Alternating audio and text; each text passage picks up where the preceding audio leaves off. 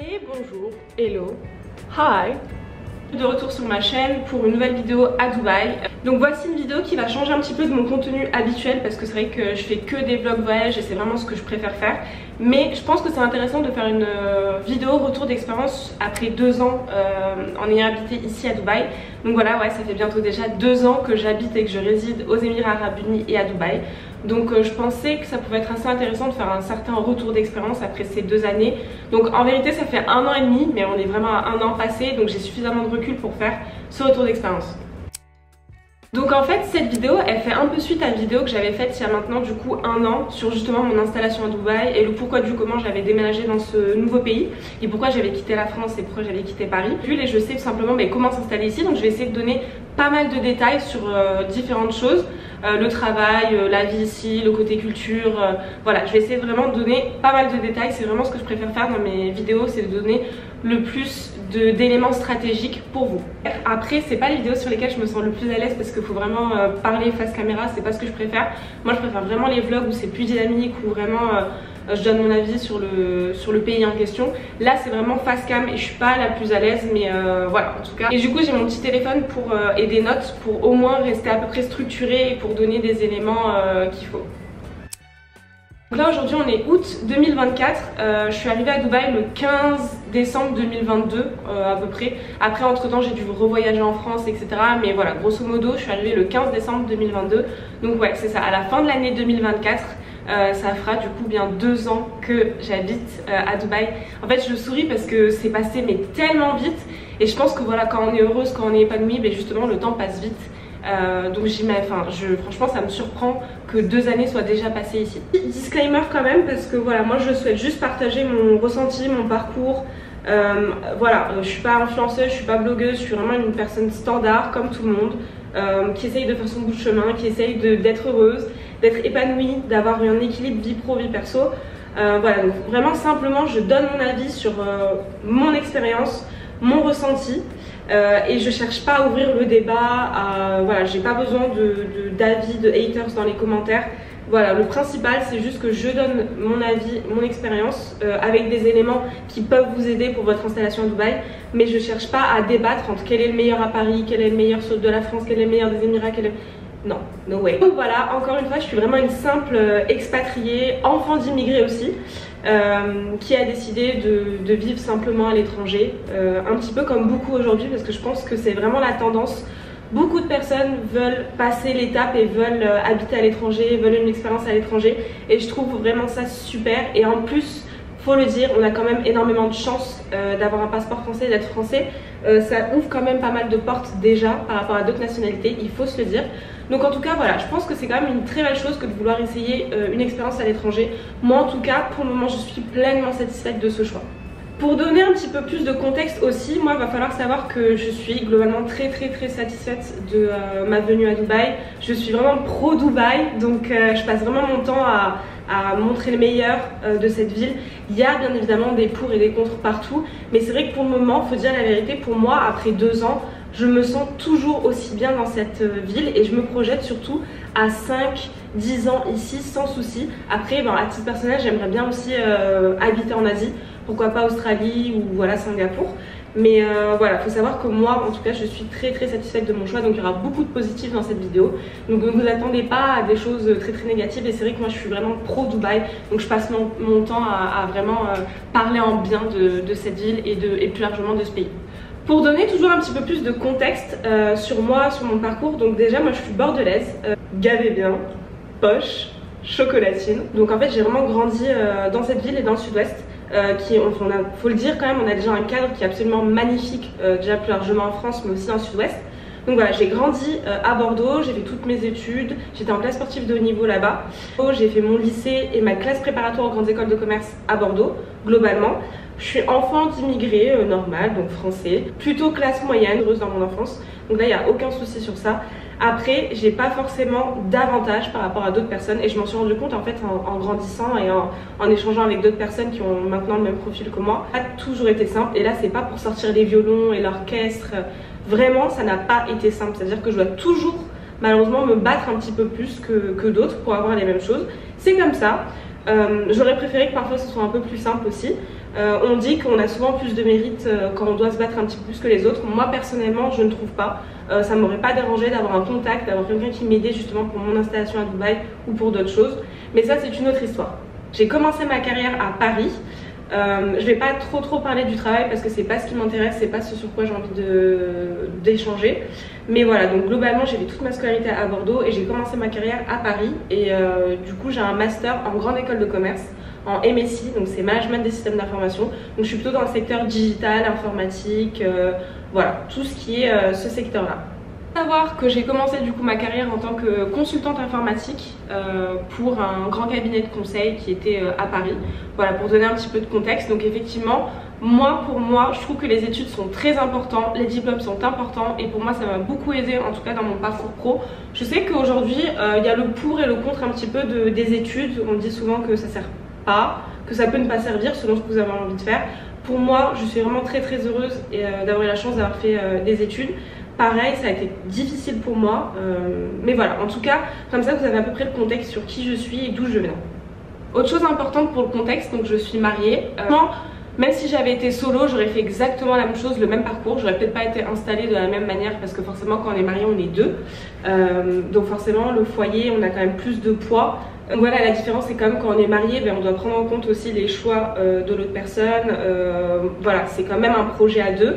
Et de toute façon, le fait d'être venu à Dubaï, c'était un projet à deux, c'est un projet professionnel et personnel à deux avec mon mari.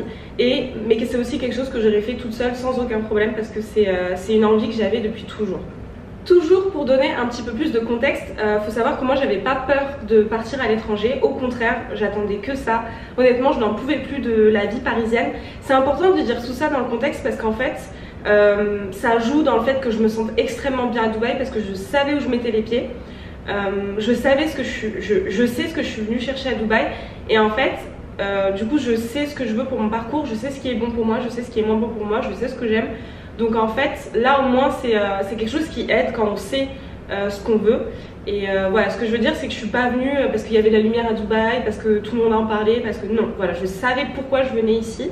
Donc forcément je ne suis pas déçue en venant ici parce que je savais à quoi m'attendre. C'est important de mentionner ça parce que j'ai rencontré aussi des personnes à Dubaï qui viennent et qui ne connaissent pas forcément la ville et qui voilà au fur et à mesure aiment la ville mais dès le départ en fait ne connaissaient pas du tout et ont appris à connaître au fur et à mesure. Et d'ailleurs ça c'est quelque chose que je pense, en tout cas pour réussir son expatriation il faut absolument savoir où on met les pieds, il faut savoir si ça vous plaît. Je pense qu'il y a un minimum un voyage de reconnaissance à faire. Moi j'étais venue par exemple à Dubaï 2 fois avant qu'on s'y installe, en 2018 et 2021 je crois, quelque chose comme ça. En tout cas avant le Covid, sauf erreur. Donc ce que je veux dire c'est que je savais où j'allais mettre les pieds. Et donc après j'ai découvert au fur et à mesure vraiment le fait de vivre ici, mais sinon je savais où je mettais les pieds. Donc dans cette vidéo je vais parler de 4 grandes parties. Du coup premièrement ce sera l'installation à Dubaï, globalement comment ça s'est passé, le côté administratif, je vais essayer de donner un petit peu de détails. 2. Comment j'ai réussi à m'adapter à cette nouvelle culture, à ce nouvel environnement. Troisièmement, je vais parler brièvement du travail et de comment ça a été un changement entre travailler à Paris et travailler à Dubaï. Et 4. Je vais parler de mon nouveau quotidien ici, donc la vie vraiment. Première partie, mon installation globale à Dubaï, comment ça s'est passé. Donc là, je vais parler en premier de mon installation de manière globale, comment ça s'est passé, comment je l'ai ressenti, comment tout simplement déménager de Paris à Dubaï. Globalement, encore une fois, je savais où je mettais les pieds en venant à Dubaï. Donc ça c'est quelque chose, je pense, qui change d'une personne à une autre. Mais c'est important de savoir où vous allez et si vous allez vous y sentir bien ou pas. Donc quand j'ai fait mes 2 voyages ici à Dubaï, à chaque fois j'essayais de voir si j'arrivais à me projeter ou pas dans la ville, si je voyais un quotidien, si je voyais comment me déplacer, si je voyais comment... Voilà, et j'essaye d'écouter aussi les personnes qui habitent ici et qui partagent aussi leur expérience. Je me suis adaptée très rapidement à cette nouvelle vie. Faut dire qu'il n'y a rien qui me manque en France, il n'y a rien qui me manque à Paris. La seule chose qui me manque forcément c'est ma famille, surtout ma mère, parce que c'est un peu compliqué. Bon, aujourd'hui on a entre 2 heures et 3 heures de décalage horaire avec la France. Je trouve que franchement ça va. Et après mon 7 heures de vol en moyenne pour rentrer en France. Pareil, donc faut quand même anticiper, c'est important de rentrer pour trouver son équilibre. Mais sinon ce que je veux dire c'est que globalement je me sens très bien et il n'y a pas grand chose qui me manque en France. Encore une fois, j'ai jamais eu de désillusion depuis que je suis arrivée à Dubaï, c'est-à-dire que il n'y a jamais un truc sur lequel je me suis dit, sur lequel j'ai été déçue. Pour le moment, Vraiment, j'ai un très bon avis sur cette ville. Et tout se passe très très bien. Peut-être un petit moment je dirais sur la première année, après peut-être 5-6 mois où je me suis sentie vraiment seule, malgré le fait que je sois avec mon mari. Donc lui il a aussi son entourage, il a ses amis, et moi j'avais pas en fait au début, j'avais pas mon petit entourage, j'avais pas mes amis, j'avais pas, voilà, j'avais personne vraiment avec qui sortir. Donc j'ai senti quand même un petit down en fait, après peut-être 5-6 mois où là tu vois, tu t'es installé et tu dis ok, ton quotidien il est là et tu dis ok, maintenant je suis installée, mais en entourage, comment je fais pour avoir des amis, comment, voilà, parce que c'est une chose de voir des personnes au travail, mais c'est une autre chose que de se créer un cercle d'amis. Juste même si je parais comme ça, peut-être à l'aise devant une caméra, je trouve que c'est pas évident que d'aller vers les gens systématiquement. Heureusement, les gens à Dubaï sont quand même relativement sympas, toujours souriants pour la plupart. Donc tu vas plus simplement aussi vers l'autre, et souvent les gens sont eux aussi seuls, donc tu fais des rencontres plus simplement. D'un point de vue administratif, je pense que c'est quelque chose qui va intéresser pas mal de personnes. Donc c'est que je suis arrivée déjà en tant qu'employée ici, donc pour le visa, pour l'installation, ça a été pris en charge par mon employeur. Donc moi je vais pas avoir l'exhaustivité de tous les visas qu'il y a ici aux Émirats. Je peux donner mon point de vue. Donc moi quand je suis arrivée en tout cas ici à Dubaï, mon visa a été pris en charge par mon employeur directement. Après je sais qu'il y a deux types de visas. Si vous êtes entrepreneur, vous pouvez avoir un visa entrepreneur. Il y a un visa pour 10 ans, voilà. Mais globalement ce sont des visas qui doivent être renouvelés. Il y a différents types de visas en fonction de votre fonction, en fonction de votre métier. Je sais que les durées aussi changent en fonction du visa que vous choisissez. Encore une fois, j'ai pas l'exhaustivité de tous les visas, je donne vraiment mon point de vue. Moi je sais que je suis arrivée avec un visa de travail ici pour entrer au sein du pays. Visa touriste c'est encore une autre chose, c'est encore différent parce qu'en tant qu'avec ressortissant français, avec un passeport français, il me semble que c'est jusqu'à 3 mois à Dubaï. Donc voilà, en tout cas je veux pas dire de bêtises, je donne juste mon point de vue. Et mon expérience. Assurance santé, là aussi c'est un autre point. Donc pareil, moi vu que je suis employée, ça a été pris en charge par mon employeur pour l'assurance. Par exemple, donc je compare, moi j'ai une assurance internationale, je sais que par exemple pour mes collègues ils ont une assurance locale et ça se passe aussi très bien, donc tout est pris en charge, souvent ils font pas d'avance de frais, voilà, c'est aussi, on est aussi très bien pris en charge ici côté santé à Dubaï. Après j'ai pas eu l'occasion d'expérimenter un hôpital ou d'expérimenter voilà, des soins ici, mais je sais que globalement il n'y a aucun souci, que ça se passe très bien pour les personnes qui ont besoin de soins. La différence c'est qu'effectivement il y a des gens à Dubaï qui ne sont pas assurés du tout et pour qui n'ont pas d'assurance parce que ça coûte trop cher, et du coup effectivement pour qui là ça devient très coûteux d'avoir recours à des soins à Dubaï. Si je continue de parler de mon installation à Dubaï, la première des choses forcément que j'ai dû faire et qu'on a dû faire en arrivant, c'est de chercher un appartement. Moi globalement je me suis vraiment éclatée pour chercher un appartement, j'ai adoré ça. Voilà, donc je prenais mon petit taxi, j'allais voir les différents agents immobiliers. Par contre, ok, je me suis amusée à visiter les différents appartements parce qu'il y a des biens qui sont vraiment très très beaux. Par contre, il y a des choses sur lesquelles il faut faire attention. Là, pareil, je ne vais pas lister entièrement ce sur quoi il faut faire attention, mais déjà le contrat, les jaris de votre logement, il faut faire attention à certaines clauses, faire attention tout simplement à l'appartement. Ce que je veux dire en tout cas, c'est que globalement, mon expérience s'est bien passée en recherche d'appartement et je trouve que c'est beaucoup plus simple par exemple qu'à Paris. Ici, il faut tout simplement avoir les fonds nécessaires pour payer son appartement. Donc c'est vrai qu'à Dubaï, souvent on paye en 2-3 chèques annuels, donc il faut payer le loyer annuel de ton appartement en 2, 3, 4, 5 chèques selon le propriétaire. Nous on a réussi à trouver un logement pour lequel on peut payer au mois.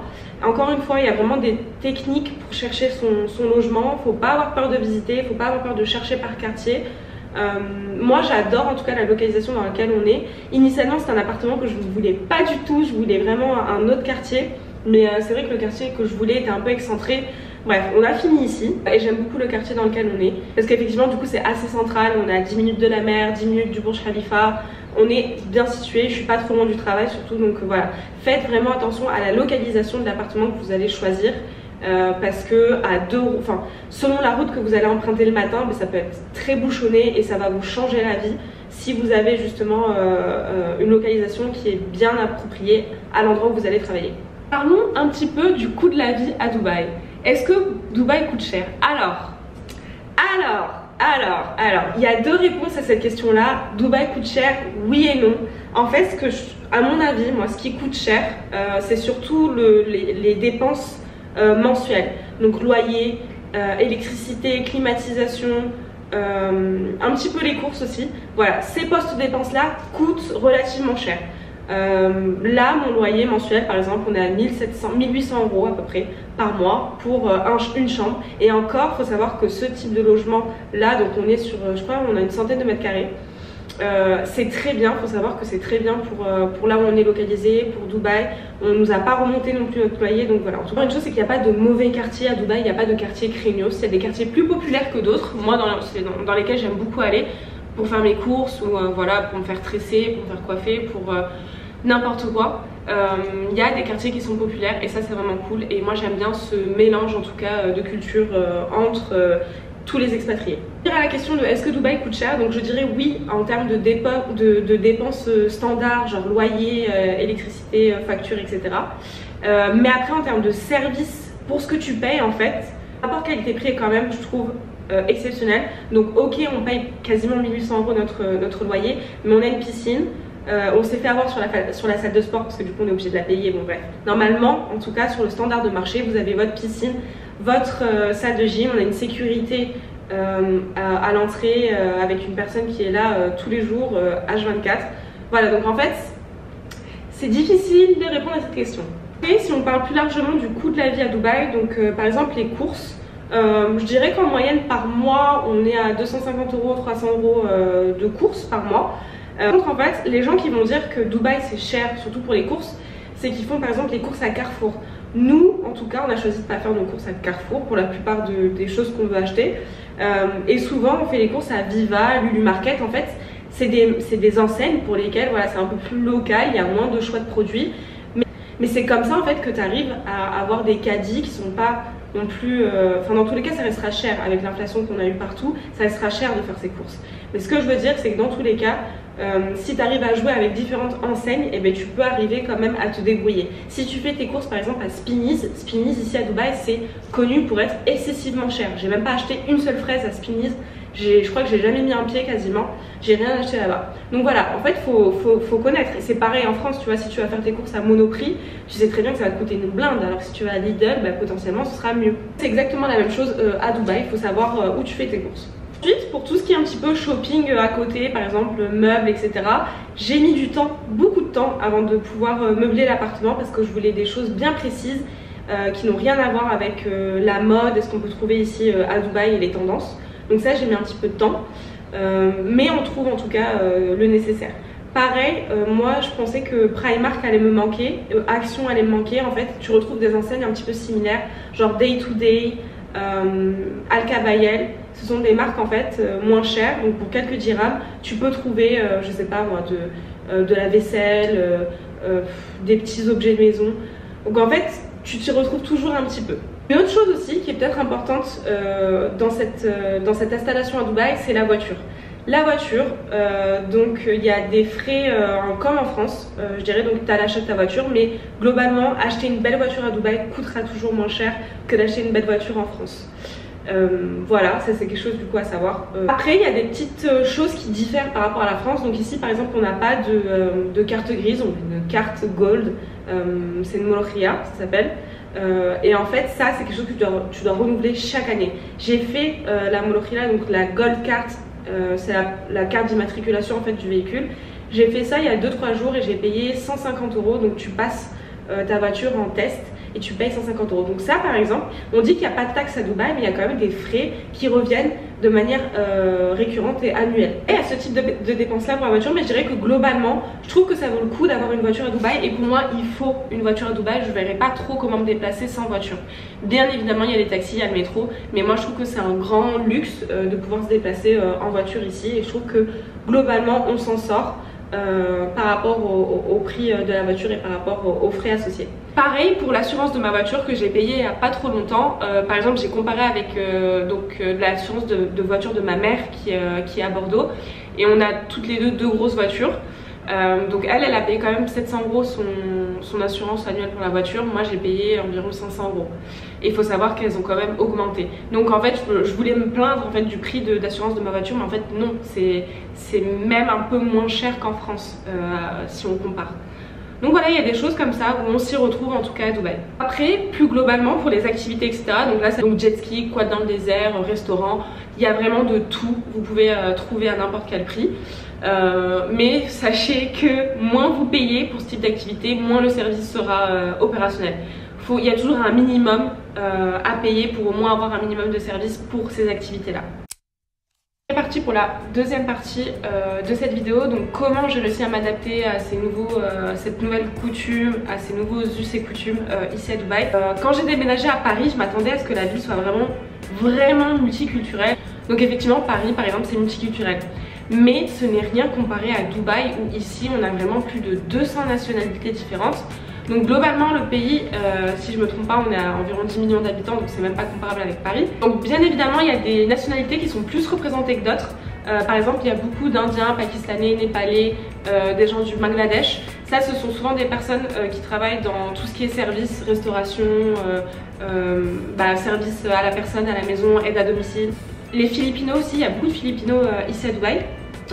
Souvent mais pareil on les retrouve dans les services, on les retrouve en restauration, on les retrouve aide à la personne, aide à la maison. Déjà c'est vraiment multiculturel, il y a des gens de toutes les formes, de toutes les tailles, de toutes les hauteurs, de toutes les couleurs, et ça j'adore. Il y a 2 semaines en fait je me suis faite copine avec une péruvienne. Donc voilà, tu vois déjà ça paraît insensé. C'est trop cool je trouve de pouvoir discuter avec une fille qui arrive du Pérou, qui pareil a son parcours, qui vient de s'installer, voilà. Vraiment quelque chose que j'adore à Dubaï, de devoir s'adapter en tout cas à la culture, de devoir s'adapter aux nouvelles personnes avec qui tu parles, de pouvoir s'adapter à tout le monde. Un truc par contre que j'ai moins aimé et auquel j'ai dû m'adapter, c'est la conduite. Donc en fait c'est un petit peu méchant ce que je vais dire, mais il faut savoir s'adapter en fonction de la voiture qui est devant toi. Il y a certains types de voitures, par exemple tu vas savoir plus ou moins le profil de personne qui est dedans. Je vais prendre un exemple, les grosses voitures, il y a 4 Patrol par exemple, on sait souvent que ce sont des locaux dans les voitures. Donc il peut arriver que parfois ils fassent des queues de poisson, voilà.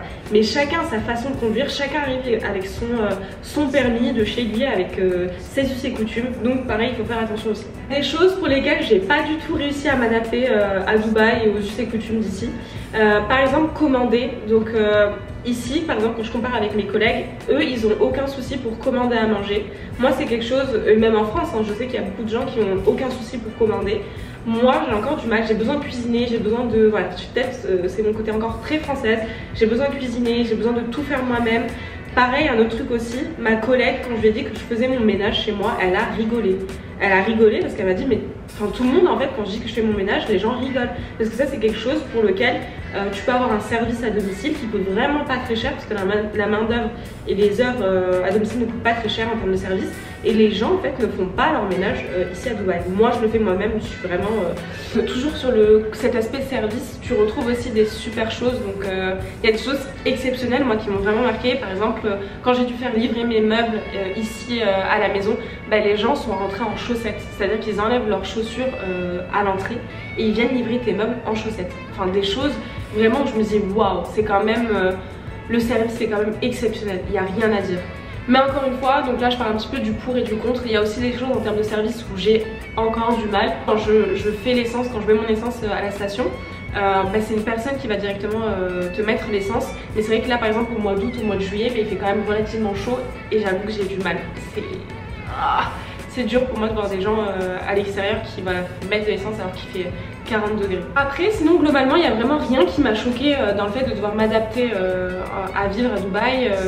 Je dirais que le temps, on s'y adapte. Si vous aimez l'extrême chaleur, vous allez réussir à vous adapter. Globalement on a 2 grosses saisons, chaud et très chaud. Là on est dans la période très chaude, donc de juin à septembre. Là j'avoue que c'est quand même très difficile. Au début, je dirais que l'année dernière je trouvais ça drôle en fait, c'était parce que c'était nouveau, c'était mon premier été à Dubaï, c'était l'euphorie. Là cette année je vous avoue que c'est plus drôle du tout, les 40-45 degrés. Effectivement c'est quand même dur.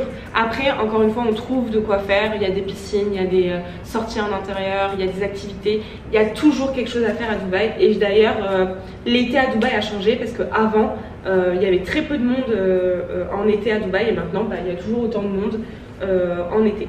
Mais globalement la tendance c'est vrai, l'été à Dubaï c'est que les gens rentrent chez eux dans leur pays. Donc là par exemple j'aurais pu rentrer en France pour profiter plutôt d'un été plus agréable en France plutôt que de rester à Dubaï. Donc c'est souvent la tendance, c'est souvent ce qui est fait. Moi pour le moment ça va, mais c'est vrai que peut-être à la longue je vais vouloir rentrer et fuir un petit peu la chaleur parce que ça reste quand même assez lourd.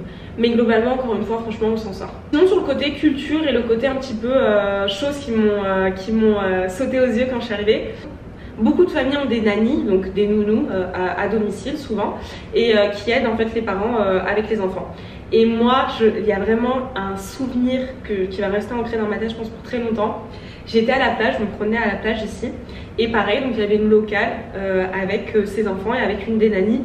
Et en fait, elle lui dit en anglais bring the kid here, genre ramène mon enfant, tu vois. Et en fait, le petit il est en train de partir en courant à l'autre bout de la plage. En fait, il y a plein de choses comme ça. Des fois qui me brusquent un peu en tant que français, où je me dis waouh, c'est un peu brutal quoi. Plein de choses comme ça, ou genre des trucs, des services. Il y a des fois, voilà, il y a des choses en fait qui me font bizarre, où moi en tant que française, c'est des choses que je ferais moi-même, alors qu'ici, il n'y a aucun souci pour que ce soit une autre personne qui les fasse pour toi. Bon, je vais essayer quand même de clôturer la vidéo. Donc troisième partie que je voulais aborder, c'est le travail. Donc très brièvement pour moi, donc encore une fois j'ai un master en grande école de commerce en MSI, Management Système d'Information. Donc je travaille dans l'informatique, le digital, etc. Donc pour vous juste situer un petit peu le secteur dans lequel je travaille et dans le secteur de la santé en tout cas aujourd'hui. Mais je vais pas détailler trop mon travail. La seule chose que j'aimerais partager avec vous, c'est que pour moi en tout cas j'ai trouvé un changement radical entre travailler à Paris et travailler à Dubaï. Ici en tout cas maintenant je travaille qu'avec des Arabes quasiment. Quand je dis des Arabes, donc c'est des gens du Golfe, donc des Jordaniens, des Saoudiens, beaucoup de Libanais. Voilà, enfin vraiment je travaille avec des gens du Golfe, en tout cas dans mon travail. Et je trouve que globalement c'est des personnes qui sont extrêmement respectueuses, bienveillantes. Ça n'a rien à voir, désolée, mais de travailler avec des Français, je trouve. Donc en tout cas je suis très à l'aise dans mon travail et je me sens très bien. En tout cas c'est une super bonne expérience que de travailler ici. Mais effectivement c'est un changement radical aussi, c'est un nouveau marché, c'est une autre mentalité, c'est différent de faire du business. Mais globalement voilà, je travaille en anglais forcément et tout se passe plutôt bien. Peut-être pour vous aider un petit peu sur le travail, donc forcément ici on retrouve un petit peu de tout. Je peux vous dire déjà que pour tout ce qui est service à la personne, donc c'est souvent les mêmes nationalités qui reviennent. Donc encore une fois les Pakistanais, Indiens, tout ce qui est taxi, tout ce qui est service à la maison, ménage, en restauration aussi. Par exemple en restauration hôtellerie on va aussi retrouver des Français. Je sais qu'il y a 2-3 restos ici, c'est souvent du management, tout ce qui est hôtellerie etc. Donc on retrouve pas mal de Français. Après je connais pas tous les secteurs non plus. Mais il y a vraiment toutes les nationalités, on peut travailler avec des Anglais, on peut travailler avec voilà, vraiment n'importe quelle nationalité. On est plus de 200 nationalités ici à Dubaï, donc pour un poste, je peux vous dire qu'il y a énormément de concurrence pour un job. Et ça, c'est aussi la contrepartie de Dubaï, c'est que beaucoup de monde veulent venir habiter à Dubaï et que du coup, il faut se battre pour un travail. Enfin, en tout cas, moi, c'est le ressenti que j'ai. Il faut vraiment se battre pour garder son travail, il faut se battre pour trouver un travail. Ça c'est vraiment la contrepartie parce que forcément Dubaï plaît à beaucoup de personnes. Du coup on arrive à la quatrième partie que je voulais évoquer avec vous. Donc c'est vraiment le quotidien. Qu'est-ce que c'est? Qu'est-ce que ça fait de vivre à Dubaï au quotidien? Ah bah ça fait beaucoup de bien. Parce que ouais, donc effectivement moi ça me change, ça m'a changé du tout au tout. Personnellement à Paris je n'en pouvais plus, j'habitais à Paris depuis 7 ans. Sincèrement j'habitais à la Défense donc tout se passait super bien. Mais j'avais mon travail, j'avais mon quotidien etc. Mais je me sentais très mal et au travail et dans les activités à faire. Je savais plus quoi faire, je savais plus où aller. J'avais qu'une envie, c'était de partir. C'est comme ça. J'ai beaucoup profité de ma vie parisienne, j'ai beaucoup profité de mes études et de mon début de carrière. Mais arrivé un moment, voilà, j'avais besoin de changement. J'avais besoin de quitter Paris et la frénésie parisienne. Donc effectivement, moi ça me change tout parce que je préfère vivre quand même proche de la mer. Donc on peut dire ce qu'on veut, mais pour moi je suis plus proche de la nature, plus proche de la mer à Dubaï que à Paris. Ici j'entends les oiseaux chanter, je vois le coucher de soleil, je peux aller à la plage à 10 minutes, je peux prendre ma voiture et aller en plein milieu du désert. C'est vraiment ça que j'aime. Ok, il n'y a pas autant de verdure que dans un pays, n'importe quel pays qu'on a en Europe, mais vraiment j'adore cet équilibre entre la mer, la plage, les parcs, faire du vélo. Voilà, c'est vraiment ça mon quotidien en tout cas à Dubaï. Donc c'est vraiment du lundi au vendredi, tout simplement être au bureau, comme à peu près tout le monde, de 9h à 18, 19h, voilà, ça dépend. Mais la différence c'est que le soir au moins, vu que les établissements, vu que tout ferme tard, et bien au moins je peux faire mon shopping, je peux faire ce que j'ai besoin de faire en fin de journée, et ça me change la vie parce que je suis une grande retardataire et j'aime beaucoup pouvoir avoir une vie après le travail. Ce que j'aime aussi beaucoup à Dubaï, c'est le fait que voilà, les week-ends on a un peu l'impression d'être en vacances quasiment, parce que du coup les activités qu'on fait sont des activités de vacances clairement. Ce que j'aime le plus faire, encore une fois, c'est des activités aquatiques. Donc ce que j'aime le plus faire, c'est par exemple du wake surfing. Ça c'est trop bien. Moi voilà, faire une petite séance de wake surfing le week-end, c'est le top pour moi. Et encore une fois, du coup, quand on a besoin de quitter la ville, on peut changer d'émirat, aller à Abu Dhabi, aller à Ras Al Khaimah. Voilà, il y a vraiment, on peut changer un petit peu de décor, et ça me plaît beaucoup. Il y a quand même des montagnes, il y a quand même de quoi faire. Et j'ai pas terminé en fait de découvrir cette ville et de découvrir Dubaï. Et pour le moment, en tout cas, après ces 2 ans, je continue de faire toutes les activités possibles et inimaginables dans cette ville. Et vraiment, ce que j'aime le plus, je dois l'avouer, c'est quand même les beach clubs, les piscines, le week-end. Ça, j'adore parce que je trouve que chaque établissement a sa vibe. Il y a le côté service, il y a le côté où tu vas manger. Enfin, j'adore. C'est vraiment ce que j'aime le plus le week-end. En été, on va profiter de tout ce qui est sport aquatique, piscine, etc. Et l'hiver, donc décembre, janvier, moi je trouve qu'il fait quand même frais. Donc là c'est direction le désert, on profite des espaces, de l'extérieur, et on vit en fait un petit peu comme ça entre l'extrême chaleur et quand il fait moins chaud. Voilà globalement tout ce que je voulais raconter sur cette ville, plus ou moins, le pour et le contre, comment ça se passe, voilà. Et je me sens effectivement très bien, toujours bien à Dubaï. Je ne regrette pas du tout ce choix, au contraire. Et encore une fois, c'est un choix qui a été réfléchi, mesuré, pensé, travaillé. Donc c'est peut-être différent d'une personne qui justement est arrivée ici et a découvert la ville. Je me projette encore pour au moins 5 ou 10 ans. On verra les opportunités, on verra ce qui se passera. On verra tout ça, mais globalement en tout cas je peux vous dire qu'après 2 ans je suis très satisfaite, et je vous encourage, si vous avez une opportunité pour venir vivre à Dubaï, faites-le. Je dis à plus dans une prochaine vidéo qui sera certainement un vlog voyage. Je vais continuer quand même des petites vidéos à Dubaï et aux Émirats. Et voilà, en tout cas s'il vous plaît à interagir avec la vidéo, donc à liker, à commenter, à mettre un pouce. N'hésitez pas même à vous abonner, moi ça m'aide beaucoup. Voilà, donc j'espère que c'était une vidéo intéressante. Merci d'être resté jusqu'à la fin et je vous dis à plus.